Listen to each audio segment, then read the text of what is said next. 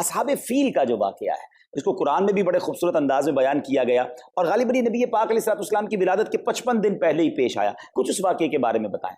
مکہ مکرمہ کو ویسے تو جو اصل عظمت حاصل ہے وہ نبی پاک صلی اللہ علیہ وسلم کی ولادت کی وجہ سے حاصل ہے، لیکن اس کے علاوہ بھی بڑے بڑے وہاں مقامات ہیں، جیسے کعبۃ اللہ المشرفہ وہاں پر ہے، تو اس کو ہمیشہ سے ایک مرتبہ حاصل رہا ہے، ایک وہ مقدس مقام رہا ہے. تو لوگ وہاں کی زیارت کے لیے آتے تھے، حج کے لیے شروع سے آتے تھے. تو یمن کے بادشاہ ابرہہ جو تھا اس نے اس بات کا ارادہ کیا کہ وہ نعوذ باللہ کعبۃ اللہ المشرفہ کو ڈھا دے، شہید کر دے، اور اس کا جو ملبہ وغیرہ ہے وہ لے جا کر اپنے علاقے کے اندر دوسرا کعبہ بنائے. مختلف اس طرح کے ارادے کیے ہوئے تھے.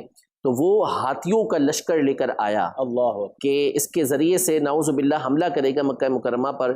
لیکن جب وہ مکہ مکرمہ کے قریب پہنچا، اس کا جو مین ہاتھی تھا، بڑا ہاتھی جس پر یہ خود سوار ہوتا تھا، جو لشکر کا بڑا تھا، اس نے آگے چلنے سے ہی انکار کر دیا. وہ آگے بڑھتا ہی نہیں تھا کسی بھی صورت. اللہ پاک نے پھر ابابیل بھیجے، چھوٹا سا ایک پرندہ، اور ان کے چونچوں کے اندر اور ان کے جو پنجے تھے اس کے اندر کنکریاں تھیں. اتنا سا پرندہ ہوتا ہے، چھوٹا سا پرندہ، بالکل جی. سامنے ہاتھی ہیں، سامنے ہاتھی ہیں، لیکن ظاہر ہے کہ بھیجنے والی ذات اللہ پاک کی ہے. تو اللہ پاک نے ان کو بھیجا. وہ کنکر تھے، وہ پھینکتے اوپر سے، وہ جو سوار ہوتا تھا اس کے سر پہ گرتا، اس کو چیرتا ہوا نیچے جاتا اور ہاتھی تک کو ملیا مٹ کر کے رکھ دیتا تھا. خاک اور چورا بنا کے ان کو رکھ دیا، جیسا کہ قرآن مجید فرقان حمید میں اس کا تذکرہ موجود ہے.